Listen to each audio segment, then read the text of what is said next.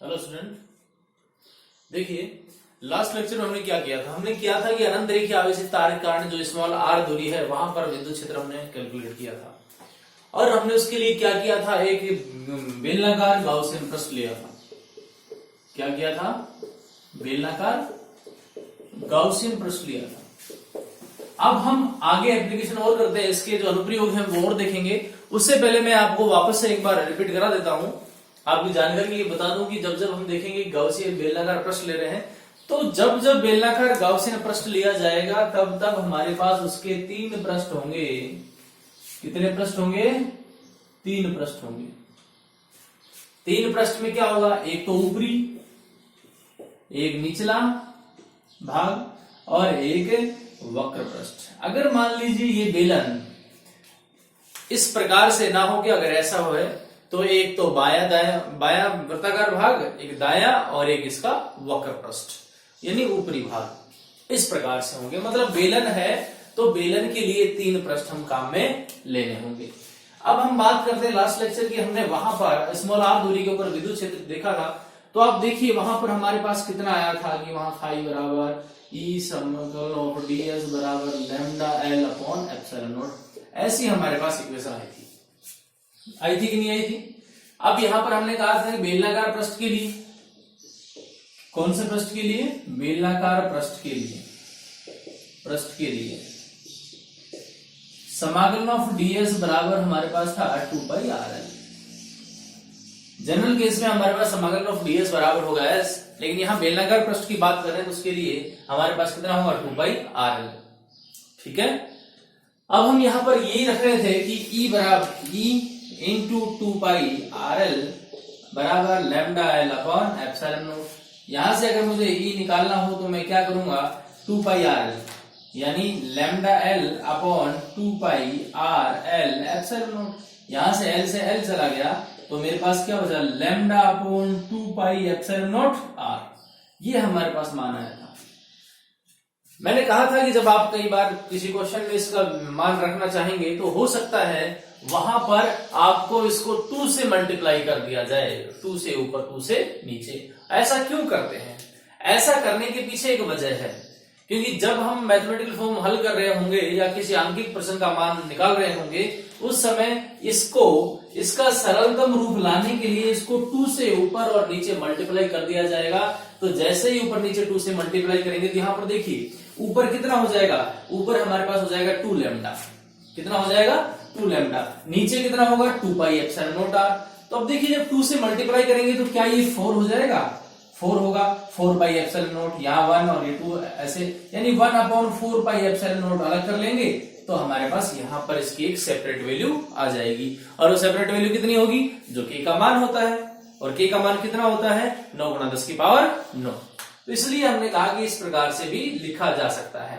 अब हम बात कर लेते हैं यहां पर ग्राफ के लिए कि इसका जो वक्र है वो किस किस प्रकार से बनेगा। क्योंकि यहां पर देखें, अगर इसको आगे इस फॉर्म में लिखेंगे तो किस प्रकार से लिखा जा सकता है? देखें, हम इसको लिख सकते हैं कि 1 अपॉन 4π एप्सिलॉन नॉट। मैं इसी को लिख रहा हूं। ये जो हमारे पास मान आया था, मैं ये मान क्या आया था? ये मान आया था हमारे पास lambda upon 2π epsilon naught r। इसी को मैं आगे लिख रहा हूं। 2 से मल्टीप्लाई करने का पर्पज क्या था, किस प्रकार से पूरा होगा? तो हम इसको क्या करेंगे? 1 अपॉन 4π एप्सिलॉन नॉट अलग कर लें। यहां पर कितना बचा? 2 लैम्डा और साथ में क्या बचा? r। यही तो बचा कि नहीं बचा?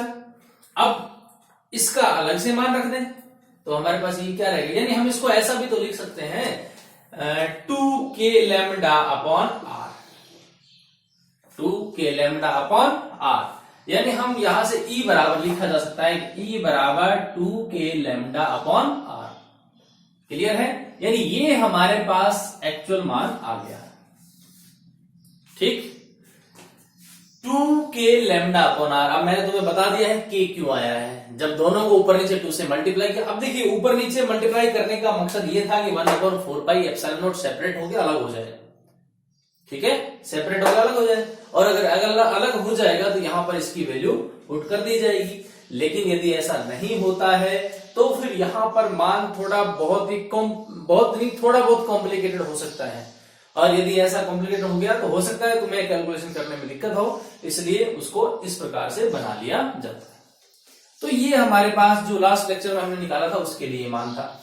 अब देखिए आगे, इसको आगे बढ़ाते हुए आज क्या करेंगे, आज हम इसके लिए ग्राफ प्लॉट करेंगे।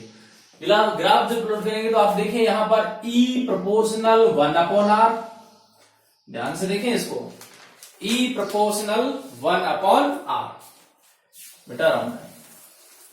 यहां देख ले, ऊपर वाला जो केस है हमारे पास जो रिजल्ट आया है उससे हम लिख सकते हैं E प्रोपोर्शनल 1/r, और साथ में लिखा जा सकता है E प्रोपोर्शनल लैम्डा, यानी रेखीय आवेश वितरण लैम्डा विद्युत क्षेत्र की तीव्रता के समानुपाती होता है, विद्युत क्षेत्र के समानुपाती होता है, और जो दूरी होती है वो विद्युत क्षेत्र के व्युत्क्रमानुपाती होती है। कहां से आया ये सब इस रिजल्ट से हम लिख सकते हैं, E प्रोपोर्शनल 1/r और E प्रोपोर्शनल लैम्डा। अब याद कीजिए लैम्डा हमने क्या लिया था, लैम्डा किसके लिए काम में लिया था, रेखीय आवेश वितरण के लिए। रेखीय आवेश वितरण के लिए हम क्या काम में ले रहे थे, लैम्डा काम में ले रहे थे। वहां पर हमारे पास L लंबाई भी थी बेलन के लिए, इसलिए आवेश वितरण हमने वहां पर क्या लिया था, लैम्डा L लिया था। याद आया कुछ, ऐसा हम मान लेते थे वहां पर। तो इस प्रकार से हम इसको लिख सकते हैं, E प्रोपोर्शनल 1/r और E प्रोपोर्शनल लैम्डा, इस प्रकार से लिखा जा सकता है। यानी अनंत रेखीय आवेश वितरण के कारण विद्युत क्षेत्र की जो तीव्रता है वो दूरी के व्युत्क्रमानुपाती और उसका जो रेखीय आवेश वितरण है उसके समानुपाती होती है। कौन, विद्युत क्षेत्र की तीव्रता। तो अनंत रेखीय आवेश वितरण के कारण,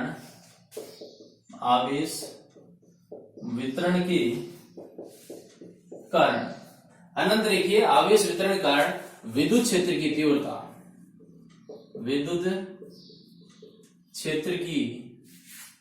तीव्रता दूरी के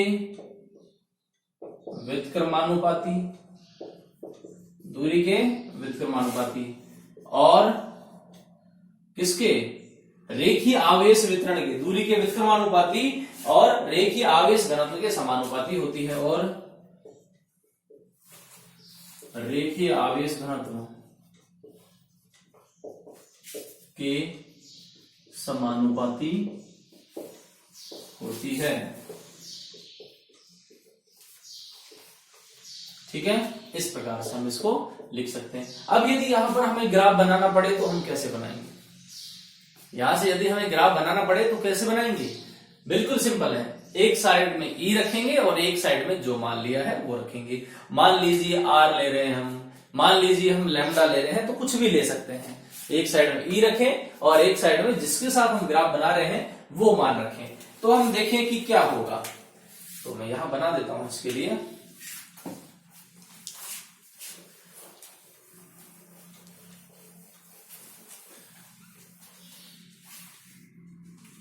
हम इसकी बात करें पहला, यानी case number 1, E proportional 1/r। यहां पर देखिए ये इसका मूल बिंदु हो गया, या दो अक्ष हो गए, ये वाला हमारे पास E है और ये वाला क्या है, R। अब मुझे ये बताओ कि यहां पर E का मान E जो है R के साथ क्या संबंध रखता है। E जो है R के साथ व्युत्क्रमानुपाती का संबंध रखता है, इनवर्स का संबंध रखता है या नहीं रखता। तो हम यहां क्या करेंगे, व्युत्क्रमानुपाती के लिए इस प्रकार का एक कर्व बना देंगे। तो ये हमारे पास क्या हो गया, E प्रोपोर्शनल 1/r, इस प्रकार से हो गया। ठीक है, और यदि हमें लैम्डा के साथ बनाना हो तो लैम्डा क्या कह रहा है कि लैम्डा कहता है इसके समानुपाती है। तो वापस हम क्या करेंगे, यहां से ये हमारा वो बिंदु, ये हमारे पास E, ये हमारे पास R, और इस प्रकार से ये होगा। तो ये किसके लिए है, E प्रोपोर्शनल लैम्डा के लिए है। तो इस प्रकार से हम दोनों ग्राफ भी बना सकते हैं। हाँ, कई बार दोनों ग्राफ में ये जो हमने ग्राफ बनाए हैं यही पूछ लेता है, अनंत रेखीय आवेश के कारण स्मॉल r दूरी पर विद्युत क्षेत्र की तीव्रता के लिए दूरी और विद्युत क्षेत्र की तीव्रता में ग्राफ बनाइए, या रेखीय आवेश घनत्व और विद्युत क्षेत्र की तीव्रता में ग्राफ दर्शाइए। कम स्मॉल r दूरी पर अनंत रेखीय आवेश तार के कारण विद्युत क्षेत्र दर्शाने के लिए। तो उस समय हमें इस प्रकार के ग्राफ बनाने पड़ेंगे। लेकिन ये ग्राफ बनेंगे कैसे? जब हमारे पास ये जो रिजल्ट आया था, ये रिजल्ट हमें लर्न होगा, ये याद रखना पड़ेगा। या तो आप वहां से, हो सकता है कोई बड़ा डेरिवेशन आए, उस समय हम इसको कैलकुलेट कर लेंगे, पूरा ड्राइव करेंगे और ये रिजल्ट लेके आएंगे, तब तो इजी वे में बन जाएंगे। नहीं तो फिर ये रिजल्ट याद रखना पड़ेगा। क्या करना पड़ेगा? रिजल्ट याद रखना पड़ेगा। ठीक है, उस केस में ऐसा होता है। चलिए अब इसके ऊपर एक क्वेश्चन कर लेते हैं। इसके ऊपर क्या करें? एक क्वेश्चन कर लेते हैं कि क्वेश्चन किस प्रकार से होगा, देख लेते हैं।